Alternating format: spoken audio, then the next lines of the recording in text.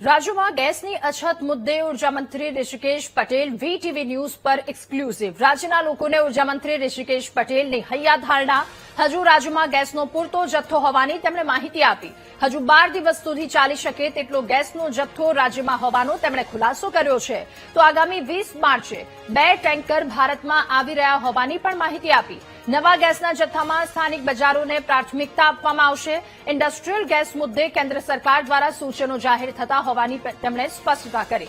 સ્થાનિકોને મુશ્કેલી ન પડે તે માટે કેન્દ્ર સરકારે આવશ્યક ચીજવસ્તુઓનો ધારો લાગુ કર્યો છે. કેન્દ્ર સરકારની ગાઈડલાઈન મુજબ રાજ્ય સરકાર નિર્ણય લઈ રહી હોવાની તેમણે વાત કરી.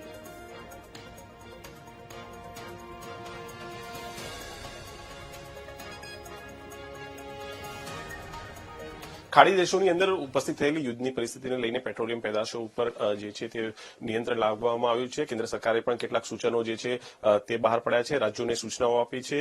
ઉર્જા મંત્રી ઋષિકેશ પટેલ આપણી સાથે જોડાયા છે, તેમની સાથે વાતચીત કરશું. સર, જે ખાડી દેશોની અંદર યુદ્ધની પરિસ્થિતિ, ગેસની ખાસ જે છે તે કિલ્લત થઈ રહી હોવાના કેટલાક સમાચારો પ્રાપ્ત થઈ રહ્યા છે. કેન્દ્ર સરકારે પણ કેટલાક સૂચનો જે છે તે રાજ્યોને આપ્યા છે, શું કહેશો?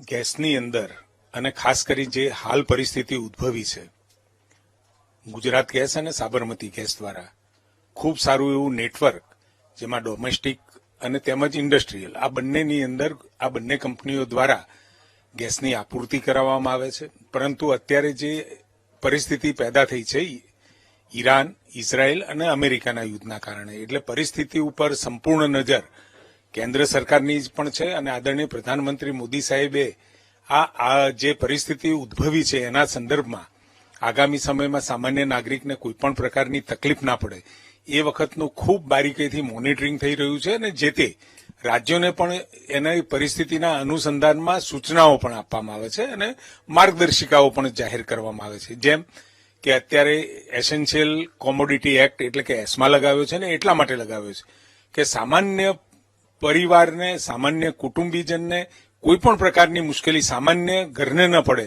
એના માટેની ચિંતા સતત રાજ્ય સરકાર કરી રહી છે. કાળા બજાર ના થાય અને નાના એવા જે ગેસનો ઉપયોગ કરતા હોય કે પેટ્રોલ ડીઝલનો ઉપયોગ કરતા હોય એવા લોકો માટે કોઈ પણ પ્રકારની હાઇક ના સર્જાય, કોઈ પણ પ્રકારનો હેવોક ન થાય એ બાબતની સંપૂર્ણ નિગરાની એ લોકો રાખી રહ્યા છે.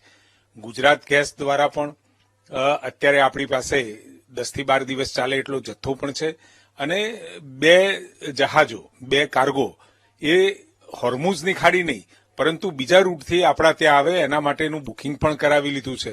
એટલે લગભગ માર્ચના 20મી અને 24મીની આસપાસ આપણા ત્યાં 2 નવા કાર્ગો પણ આવશે અને એ જે કાર્ગો આવશે એનાથી આપણે એ જ ધ્યાન રાખીશું, પહેલી પ્રાયોરિટી એ ડોમેસ્ટિક છે, બીજી પ્રાયોરિટી આપણી હોસ્પિટલ્સ છે, કોમ્યુનિટી કિચન છે.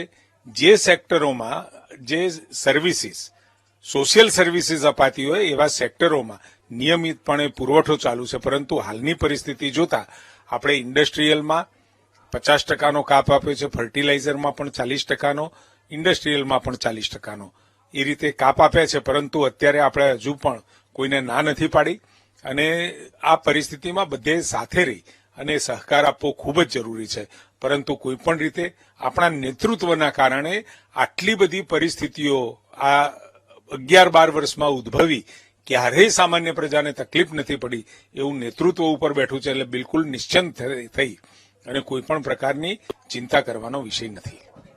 ઇન્ડસ્ટ્રીયલ ગેસીસના એના સંદર્ભમાં ખાસ સૂચના રાજ્ય સરકાર શું જાહેર કરી રહી છે જે લોકોને જરૂરિયાત વધારે હોય છે ગેસની? કેન્દ્ર સરકાર સાથે પણ સતત એમની જે સૂચનાઓ હોય એમની સાથે સંપર્કમાં પણ છીએ અને એમના તરફથી જે સૂચનાઓ મળે છે એનું અમે ચોક્કસ એ પાલન કરી અને કંટ્રોલમાં પરિસ્થિતિ રહે એ પ્રકારનું આયોજન કર્યું છે.